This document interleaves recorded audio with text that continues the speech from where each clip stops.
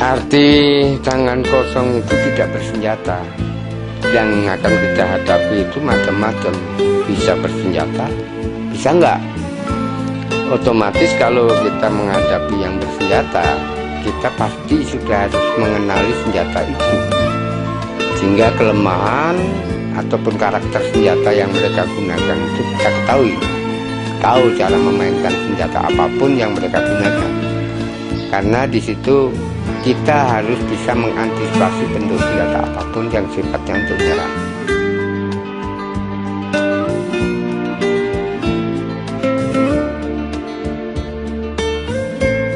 Udi ini sebenarnya sudah lama ya, sejak dekade 80-an lah.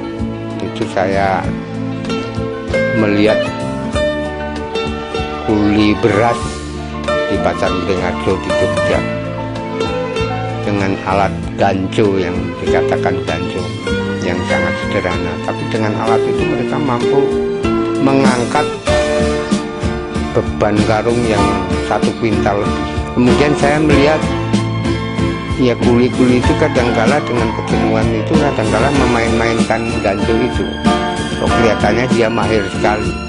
Kemudian baru pada tahun 96 saya bentuk-bentuknya ini saya perbarui, saya lengkapi, pelajari hal semacam itu, saya ulang-ulang, saya bentuk yang mirip ganco, yang akhirnya bentuk akhir yang ini seperti bentuk Udi saat ini yang saya pegang ini. Saya ingin mengguratkan satu filosofi yang mendasari.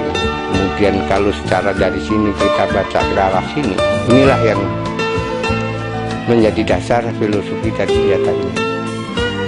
Setiap kita akan melakukan sesuatu akan pasti kita akan menyebut asma Allah. Nah kalau nama Udi ini saya ambil nama, kalau bentuk yang kayak gini di daerah Banyumas ini disebut Udi, berlatar belakang tercipta di negeri kita.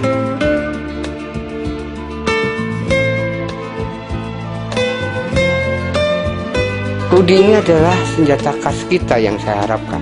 Karena sementara ini sama di mana-mana pun nggak ada bentuk senjata kayak ini. Rekan-rekan dari Madura itu namanya celurit, tapi hanya lekuknya ini aja. Dan hal yang lainnya nggak ada. Saya ingin mewarnai merpati putih memiliki satu kekayaan senjata.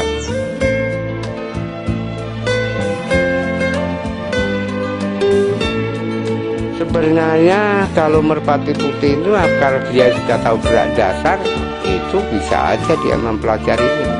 Jangan terlalu kita batasi ini. Kalau kita membatasi budaya kita sendiri, bagaimana kita akan mengembangkan? Bagi saya ini memang senjata merpati putih.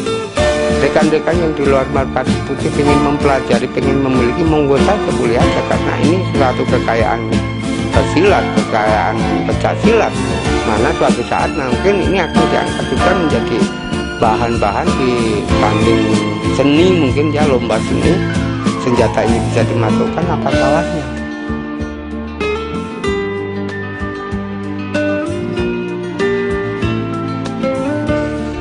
Untuk Udi yang saat ini, inilah yang sebenarnya untuk akhir, karena ini melalui penelitian saya yang cukup panjang ya.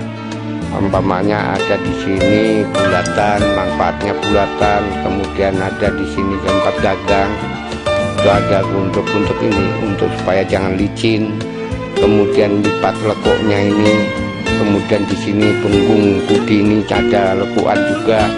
Ini semua sebenarnya ada hal-hal yang sangat perlu diperhatikan bagi mereka yang tahu akan senjata ini.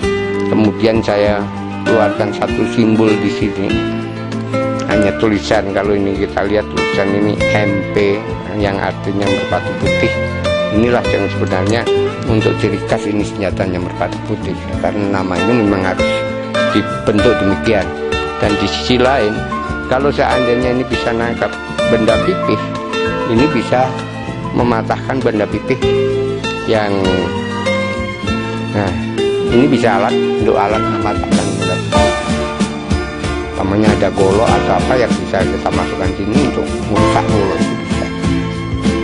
Kemudian kalau kita balik suatu kebetulan, kalau balik kok ternyata kita ditunjukkan menjadikan suatu filosofi yang mendasari senjata ini.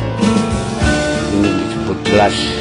Kemudian kalau kita baca dari arah sini ke sini, inilah setiap kita akan melakukan sesuatu kita